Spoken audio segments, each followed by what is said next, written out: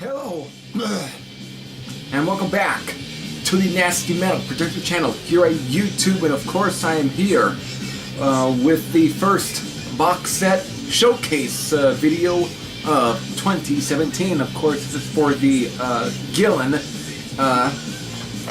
the album collection box set. Was released back in 2015. Of course, I had definitely talked about doing one anyway in my last first collection update of 2017, which I'll definitely link you to. So I'm here to definitely show off the box set here and what's inside of it. So it's definitely go right ahead into.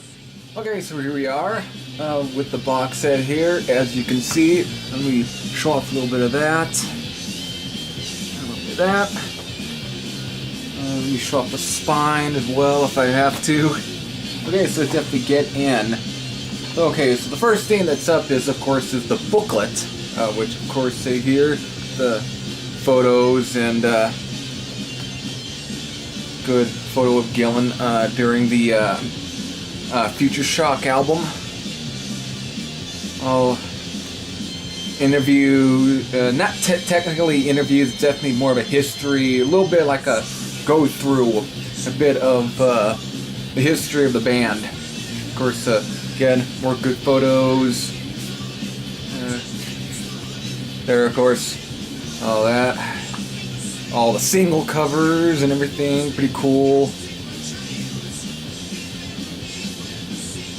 Yeah, and another good photo there. But one thing interesting is the fact that Bernie Torme is definitely said in this book that he wouldn't mind actually doing a reunion with the group, which would be very interesting. Hope you actually can hear me and everything. So let's definitely get into the first disc here, which is actually the album playing in the background. Of course, there's Mr. Universe.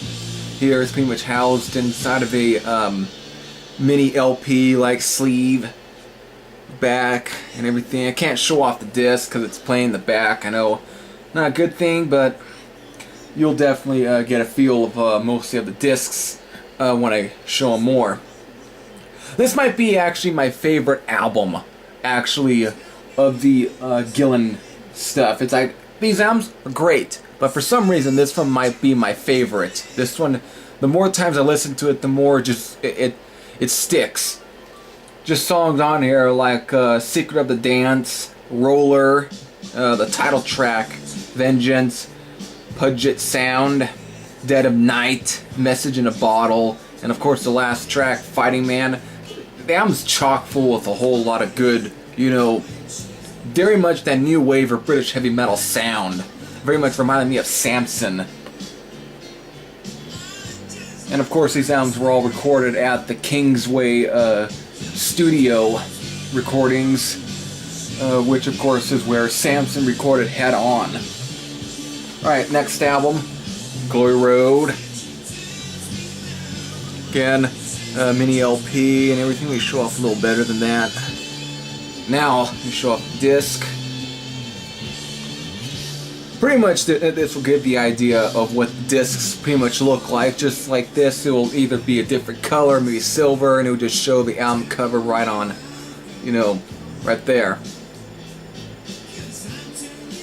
The albums are definitely remasters. They're definitely kind of the same remasters. If I haven't really listened to a whole lot of these albums anyways, but it's pretty much what I've heard. It's the same remasters, just minus the bonus tracks. And of course, the only album that's not even in this box set is the Japanese album from 1978. Would have been cool to add, but for what it is, this pretty much just mostly focuses on both the era with Bernie Torme as the guitar player and Janet Gers. Alright, so the next one here is, of course, which is kind of a pretty cool one for this box. It is the For Gillan Fans Only release. Show that off. The disc. Again, kind of matching the color of the art. Of course, showing artwork there.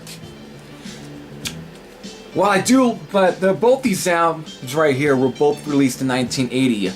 For Gillan Fans Only was only released as a part of the Glory Road album, which was made into like a double LP back then. But they pretty much made it its own separate release within this box set, which is cool. Glory Road is a good album. I don't know. I'm not sure if I like it as much as Mr. Universe, but it's a great album. It's got good songs on here. Unchain the Brain. Are You Sure? Oh, jeez. Sleeping on the Job.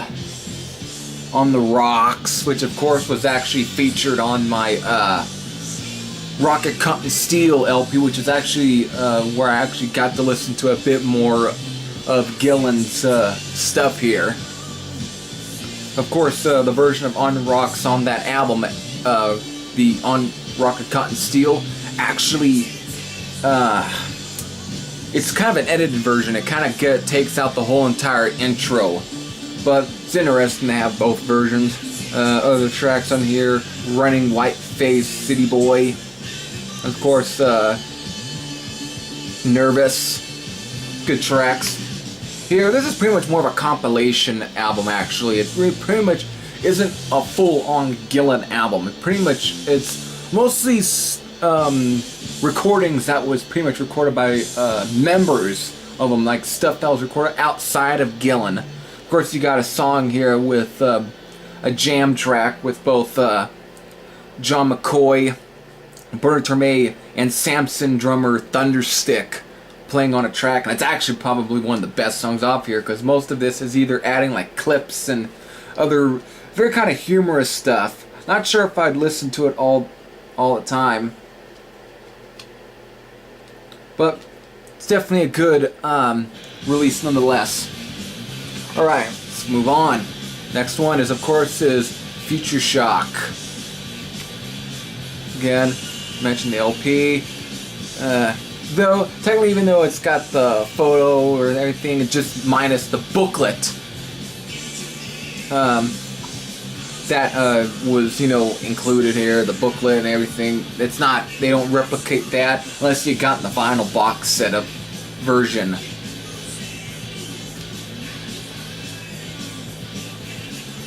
Of course, here's the disc.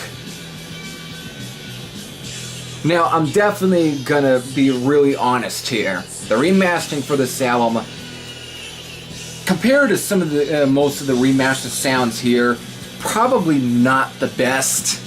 I'll definitely have to say it's all right. To me, the whole remastering kind of reminds me of some of the really early Metal Mind Productions pressing stuff. If you ever had some of those early ones, they're not really particularly that great remasters. Until you hit 2010 era Metal Mind is when they actually kind of started to up their remastering to where it's at least a little more quality. This is kind of like what you'd get from the early style of Metal Mind Productions remastering. It's not really that great. Of course, the album itself, when you listen to an actual vinyl rip, it never really had the best, mastering for an album. It was very raw.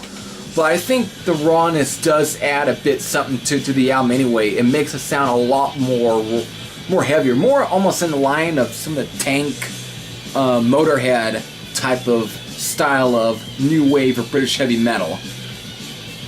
It's definitely a good album, though. I do like this album. It's got a lot, some good tracks. Even some of the cover songs they choose isn't all that bad. They choose most of the one cover song in here is New Orleans.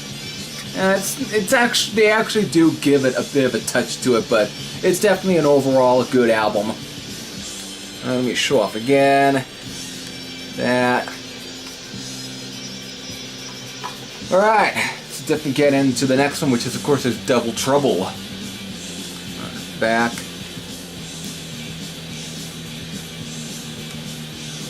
Of course, this is actually a double disc. They definitely did their best to really replicate the LP, because first disc is pretty much all the studio materials. We'll take this one out.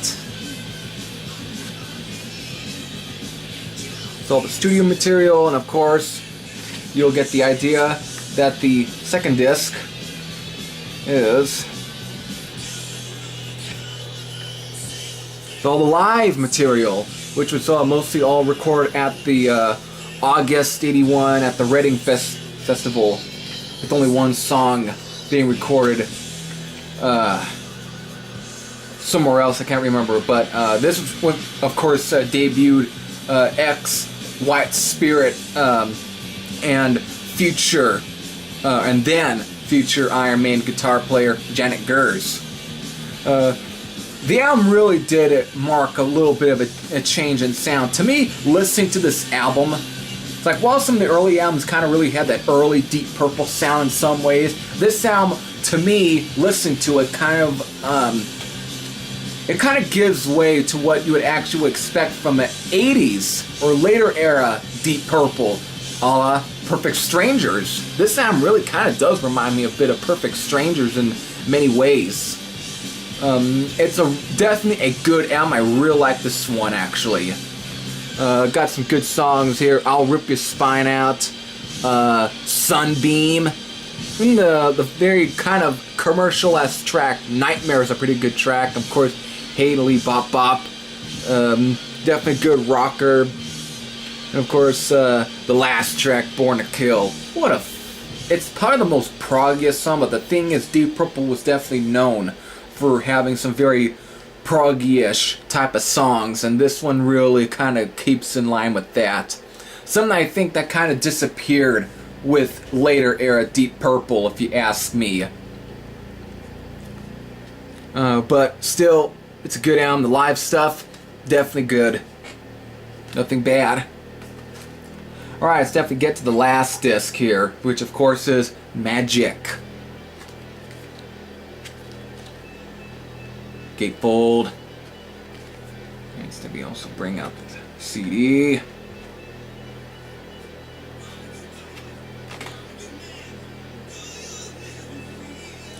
This album, really, when I actually end up listening to this album again, this album, it definitely grows. This is a very 80s sounding album, though.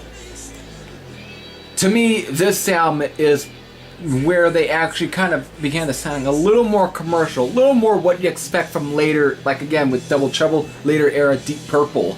But this is still a good album. It's definitely, the slick production, I do have to agree, kind of robs it a bit of its rawness, but it still is a great album. With, of course, started kicking off its song like What's the Matter. That track right there, I think, kind of gives Judas Priest a run for the money, especially back in 1982, which, of course, Screaming for Vengeance. That song, it's a fucking vicious heavy metal track. To me, I almost think that Gillan should be on the Metal Archives, because this stuff, it's no different from what you'd gotten from a lot of the new wave or British heavy metal bands. It has the heavy edge of most of those. This is definitely heavy metal. Of course, Bluesy Blue Sea. It really does have that Black Sabbath sound, something that you would kind of expect, especially ironically, right after this album, Ian Gillan would end up joining Black Sabbath to record Born Again. And the song kind of really gives you that hint at that. Caught in a Trap, which almost has a bit of a Uriah Heep kind of feel to it due to the very crazy keyboard playing of Colin Towns. Driving Me Wild, Demon Driver. It's a cheesy track, but man, is it a fucking good track though. It actually is very enjoyable. Living a Lie is a pretty good track. Even the cover of Stevie Wonder's Living for the City is a pretty good track as well. He actually does make it a little heavy. Of course, you got Long Gone, which is probably the most commercial song, but The song seems to be noted for that Eddie Van Halen could have actually ripped off that track for his song Jump. Which, of course, if you ever read the interview part of Ian Gillan where he actually talks about that, about Eddie Van Halen ripping Long Gone, it's funny. But yeah, overall, this is definitely a really nice set. There's nothing bad here, really. This is, it's like, if you really didn't have any of Gillan's stuff, or never checked out any of it, this box set is actually probably a good starting point, really. It's a very good starting point. Let me kind of take it back up here. It's a very good starting point, like I keep saying. If you don't have, like again, if you can't really spend the money yet on the vinyl, especially I know there's a vinyl box set, but now it pretty much goes for about almost 100 or even over 200 bucks for the vinyl box set. But the CD one, it's pretty much almost a little under or somewhat over 20 bucks. Not a very cheap box set though, but it's not a very expensive one. It's one that's actually very reasonable in price. I definitely say it's definitely a good starting point for those that haven't really checked out any Gillan stuff. If you're expecting any bonus tracks, you might as well just buy the CD copies individually if you want to actually have the bonus track versions. If you're not very interested, then definitely go ahead and get the box set here. This is a very good box set. They definitely put a lot of thought, at least, into it, with the booklet and everything, with all the backstories and stuff. It really kind of at least gives you good insight, and you get good music along the way. Nothing bad. Of course, I don't have to say one thing. Little crease there though for my copy, but you know, it's all good. Yeah. If you haven't even checked out any of Gillan's stuff, like again, this box set would actually be a pretty good starting point. It's not a very expensive box set. Let me just go on to Amazon for a bit. And see how much it goes here for. Yeah, pretty much here on Amazon, the CD practically just goes for about $24.64. And of course, if you want to also buy from other people, let's look at some of the other sellers. Import CDs selling it for $19.76.